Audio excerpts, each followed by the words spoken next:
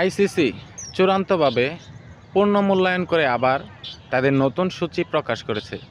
সেখানে বাংলাদেশকে চূড়ান্তভাবে বাদ দিয়ে আইসিসি ওয়ার্ল্ড কাপ আয়োজন করতে যাচ্ছে, আর বাংলাদেশের জায়গায় স্কটল্যান্ডকে অন্তর্ভুক্তি করেছে।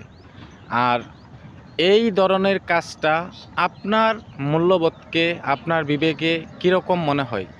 বিসিবি দ্বিচারিতা নাকি বিসিবি এটা সঠিক কাজ করেছে? অবশ্যই মূল্যায়ন করে কমেন্ট বক্সে জানাবেন। আর এই প্রথম টি-20 বিশ্বকাপ শুরু হওয়ার পর থেকে এই প্রথম বাংলাদেশ টি-20 বিশ্বকাপে অংশগ্রহণ করবে না। আর বাংলাদেশের সাপোর্টাররা, বাংলাদেশের লাভাররা, যারা বাংলাদেশ ক্রিকেটকে ভালোবাসে, তারা বঞ্চিত হবে ওয়ার্ল্ড কাপ দেখা থেকে। বাংলাদেশের লাভাররা কি বাংলাদেশ না থাকলে, বাংলাদেশ যেই টুর্নামেন্টে অংশগ্রহণ করবে না, পার্টিসিপেট করবে না, সেখানে কি বাংলাদেশের সাপোর্টাররা এই ওয়ার্ল্ড ক্রিকেট টি-20 ওয়ার্ল্ড কাপ উপভোগ করবে? অবশ্যই কমেন্ট বক্সে জানিয়ে দেবেন।